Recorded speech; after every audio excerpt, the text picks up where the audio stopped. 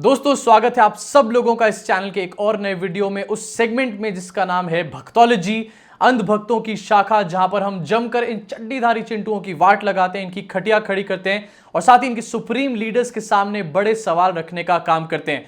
कल की अपनी वीडियो में मैंने आपको बताया था कि आखिरकार नरेंद्र मोदी के गुजरात के अंदर किस तरीके से मुर्दों को वैक्सीन लगाया जा रहा है और वैक्सीन के नाम पर एक बहुत बड़ा स्कैम किया जा रहा है गुजरात के अंदर। इस चीज को लेकर हमने बहुत बड़े सवाल नरेंद्र मोदी की सरकार के ऊपर खड़े करे थे। अगर वो वीडियो आप लोगों ने नहीं देखी है तो मेरे चैनल पर डायरेक्टली जाकर या फिर आई बटन को क्लिक करके आप उस वीडियो को देख सकते हैं। अब सिचुएशन ये है कि कल तक तो हम सवाल खड़े करने का काम कर रहे थे, लेकिन आज सुप्रीम कोर्ट ऑफ इंडिया भी नरेंद्र मोदी से बड़े और कड़े सवाल पूछने का काम कर रही है। हमारे सवालों को तो अवॉइड कर दिया गया, हमारे को एंटी नेशनल बुलाया गया, देशद्रोही बुलाया गया, सवालों को लगातार इग्नोर किया गया, एक भी सवाल का हमारे को जवाब नहीं मिला।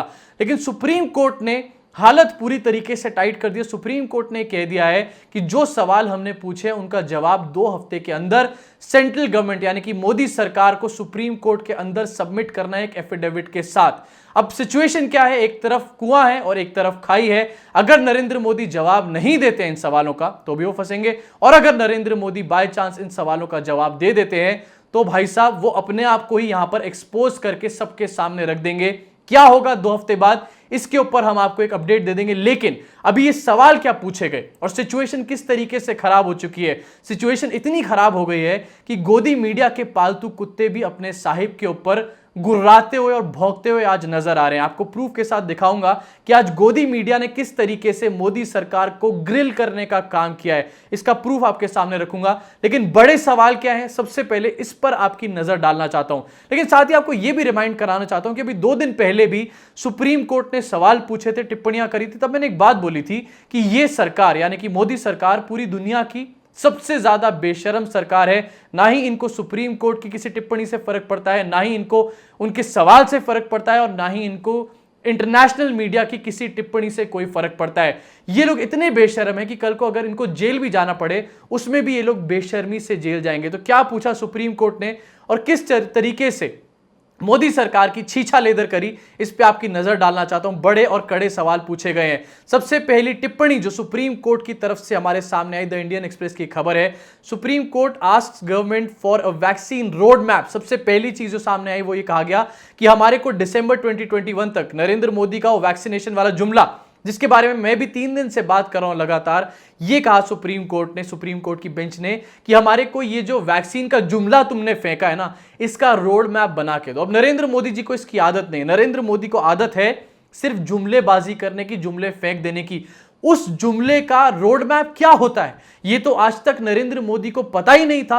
ये कैसा सवाल सुप्रीम कोर्ट ने यहां पे पूछ लिया। उसके बाद सुप्रीम कोर्ट ये कहती है, सुप्रीम कोर्ट ने कहा कि जो पॉलिसी आपने बनाई है 18 से 44 लोगों को वैक्सीनेट करने की, साल के लोगों को वैक्सीनेट करने की, और ये कहा कि उनको पैसे देने पड़ेंगे वैक्सीनेशन के, वो आर्बिट्रेरी और इरैशनल पॉलिसी है। यानी कि सुप्रीम कोर्ट नरेंद्र मोदी की सरकार को, नरेंद्र मोदी की पॉलिसीज को आर्बिट्ररी और इरैशनल बोलने का काम कर रहा है। क्या है ये दोनों वर्ड, क्या है इनका मतलब? आर्बिट्ररी का मतलब होता है कि बिना किसी रीजन के, बिना किसी लॉजिक के कुछ भी चूज करना। इरैशनल का मतलब होता है अनरीजनेबल हो जाना। यानी कि supreme court of India Narendra Modi को इरैशनल, आर्बिट्ररी, अनरीजनेबल और इलॉजिकल बताने का काम कर रही है। यह अपने आप में बहुत बड़ी बात है। लेकिन रोड मैप वाली जो बात है वो यहां पर बहुत इंपॉर्टेंट है, क्योंकि नरेंद्र मोदी को पता नहीं कि रोड मैप क्या होता है। 20 लाख करोड़ का रोड मैप आज तक किसी ने नहीं देखा।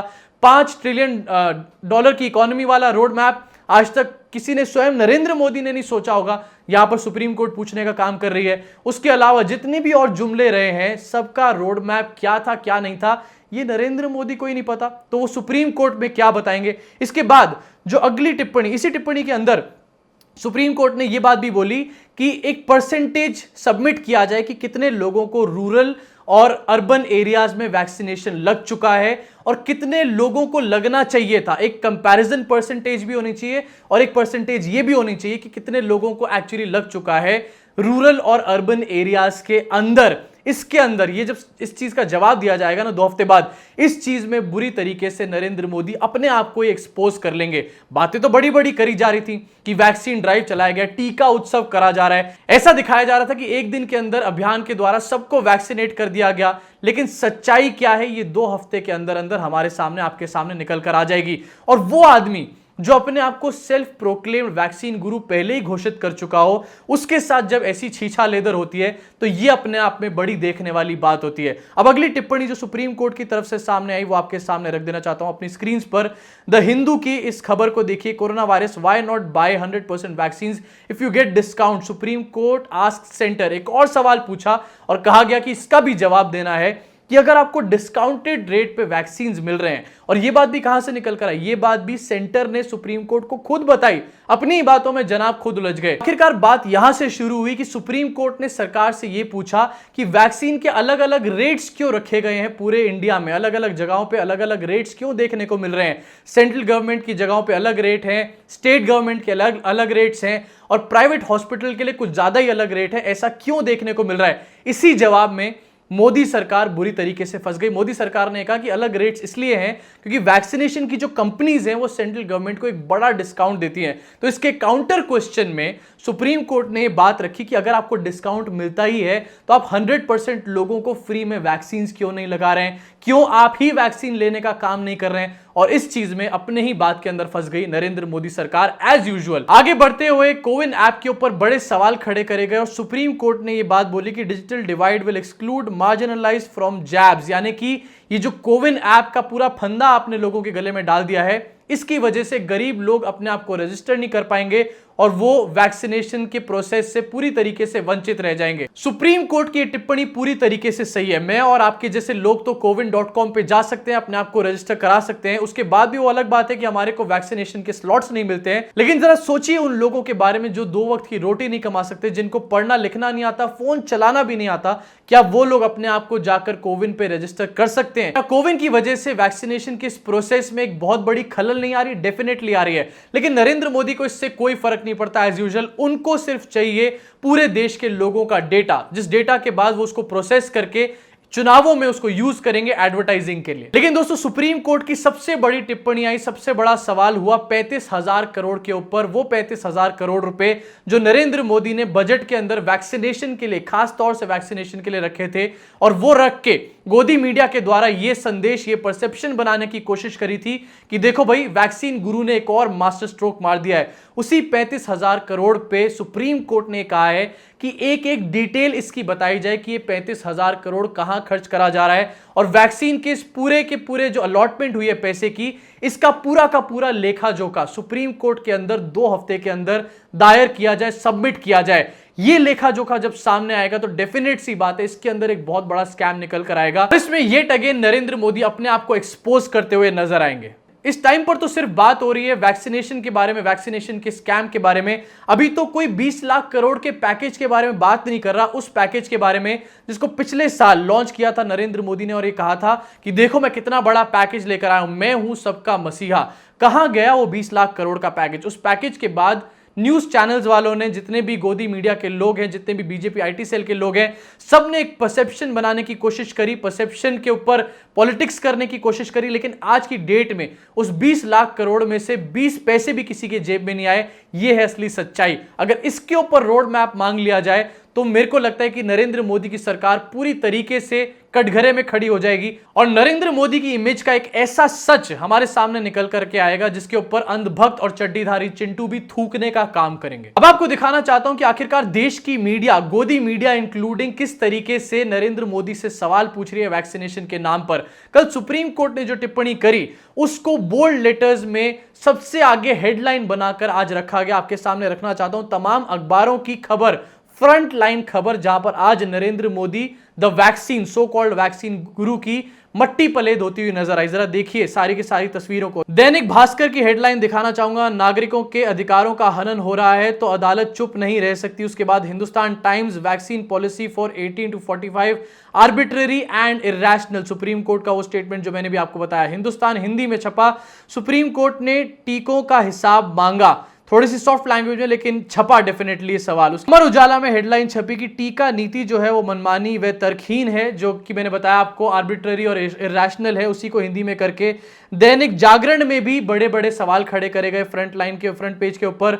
उसके बाद इंडियन एक्सप्रेस उसकी कुछ खबरें दिखाई, हिंदू की भी खबरें दिखाई, टाइम्स ऑफ इंडिया में भी यही कुछ हाल देखने को मिला, मिंट और नवभारत टाइम्स, इकोनॉमिक टाइम्स, तमाम अखबारों के अंदर नरेंद्र मोदी से कड़े और तीखे सवाल पूछने का आज काम किया गया है। ये तो सिर्फ अखबारों की बात है, इसके अलावा आपको दिखाना चाहता हूं गोदी मीडिया का एक चैनल, के अलावा आज तक वाले भी इन खबरों को काफी ज्यादा हाईलाइट करने का काम कर रहे हैं। इनफैक्ट कल जो मैंने वैक्सीन स्कैम के बारे में आपको बताया था, उस खबर को भी आज तक ने ही ब्रेक करने का काम किया था। वो गोदी मीडिया के पालतू कुत्ते जो लगातार पेडिग्री खाने का काम कर रहे थे, सरकार के तलवे चाटने का काम कर रहे थे। हालत इतनी गंभीर हो चुकी है कि वो लोग भी सरकार के सामने गुर्राते और भौंकते हुए नजर आ रहे हैं। ऐसा दोस्तों इसलिए हो रहा है क्योंकि हर इंसान अपने एग्जिस्टेंस की इस टाइम पर लड़ाई लड़ रहा है, अस्तित्व की लड़ाई लड़ रहा है। नरेंद्र मोदी अपने अस्तित्व के लिए लड़ रहे हैं। उनको पता है कि अगर ये वैक्सीनेशन की बात पोल पट्टी पूरी खुल गई तो वो पूरी तरीके से सत्ता से बाहर हो जाएंगे। उनको ये अच्छे तरीके से पता है कि उनके अंधभक्त अगर एक बार इस लॉजिक को समझ गए, इस बात को समझ गए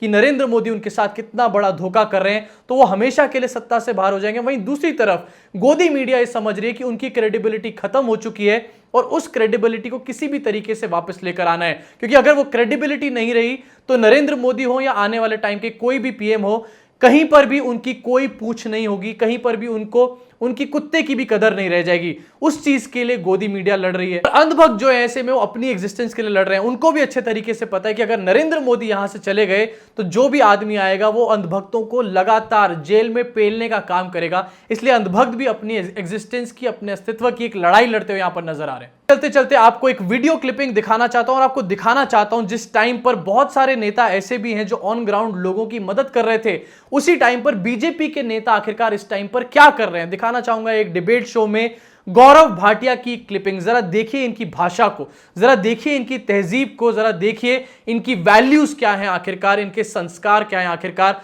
इसी के साथ आप सब लोगों से विदा लेना चाहूंगा। मुलाकात होगी आप सब लोगों से अगली वीडियो में। तमीज औरत, प्लीज प्लीज तमीज औरत, हटो यहाँ से, चलो। प्लीज सबके परिवार से टिप्पणियां करते हो, ओछी टिप्पणियां करती हो, हटो यहाँ से बदतमीज औरत। प्लीज बंद कीजिए। तुम्हारी पार्टी बदतमीज है, तुम बदतमीज हो, तुम्हारे नेता बदतमीज है, राहुल गांधी बदतमीज है, पप्पू है वो, पप्पू गाली गलौज बंद कीजिए प्लीज। गाली गलौज बंद कीजिए। औरत है। नहीं नहीं ये ठीक नहीं। मुंह में दांत नहीं, पेट पे हाथ नहीं, दोबारा कहूंगा। केचुओं की तरह रोक रही है तुम्हारी पार्टी, कहीं की नहीं रही। तभी जनता ने इतने लात मारी है, इतनी लात मारी, वजूद खत्म हो गया। इतने थप्पड़ पड़े राहुल गांधी को, मुंह फूल गया। चाहे प्रवक्ता हो चाहे नेता हो, दोनों का मुंह फूला रहता है। अरे भ्रष्टाचारी दलाल, सारे दलाल हो तुम लोग, दलाल दलाल दलाल दलाल कहीं के कीमत की तरह देश को खाते हो। मेरे पिता पे ना आना, मैं तुम्हारी माता के चरण स्पर्श करता हूँ। तुम्हारी माता